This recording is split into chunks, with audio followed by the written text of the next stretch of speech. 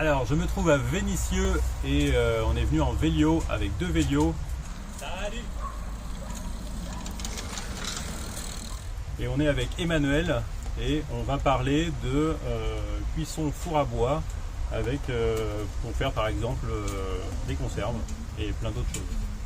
Alors moi, ce qui m'intéresse, c'est d'expérimenter des usages de systèmes low-tech. Donc je ne travaille pas forcément sur des systèmes low-tech que je vais inventer, mais plutôt partir de systèmes existants développés par d'autres organisations, d'autres structures. Et ce qui m'intéresse, c'est plutôt d'aller chercher des systèmes qui fonctionnent au bois ou au solaire. Et là aujourd'hui, on va plutôt parler de bois parce que c'est ce sur quoi je travaille. Et le sujet qui va plus particulièrement m'intéresser, c'est la transformation alimentaire, donc de la cuisson, de la conservation, de la stérilisation, c'est plutôt ces thématiques-là. Et plutôt travailler au bois pour l'instant parce que c'est plus facile d'accès pour pouvoir fabriquer des systèmes. C'est plus souple à utiliser en fonction de la météo, comme on a aujourd'hui une météo qui n'est pas très très bonne. Et il y a aussi plus de systèmes qui existent actuellement au feu de bois.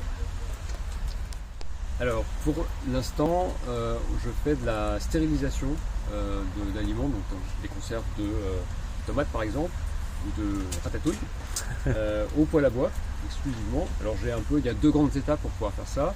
D'abord, je vais cuisiner les aliments sur un poêle qu'on appelle un poêle Oxalis, qui a été développé par une association qui s'appelle Oxalis.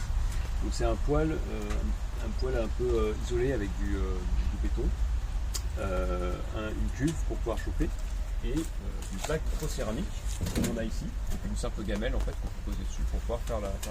Donc ça c'est la première étape très classique pour faire un coulis de tomate, une ratatouille, une cuisson.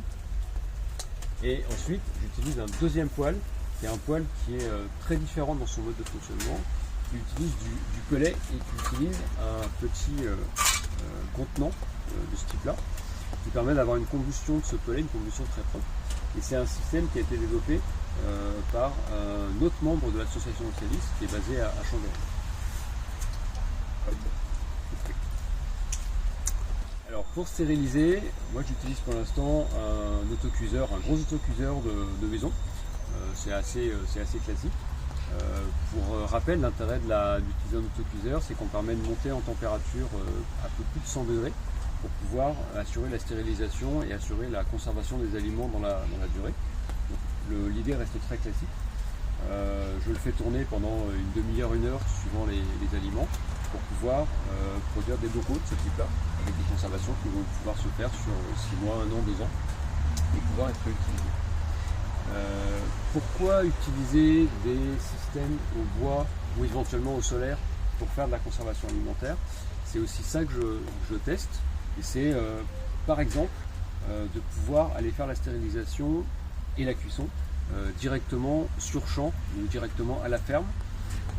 Par exemple, s'il y a des surplus de récolte qu'il faut vite conserver, là on pourrait imaginer un système qui soit autonome et qui ne dépende pas d'une énergie électrique ou d'une énergie gaz. Très clairement, il faut aussi passer à l'échelle. Aujourd'hui, ça c'est bien pour faire 8-10 bocaux. Mais pour faire avoir un vrai usage sur champ avec des récoltes conséquentes, il faut passer à un système plus gros. Et donc j'ai aussi pour projet d'aller expérimenter ça à plus grande échelle. Et ça va prendre un peu de temps.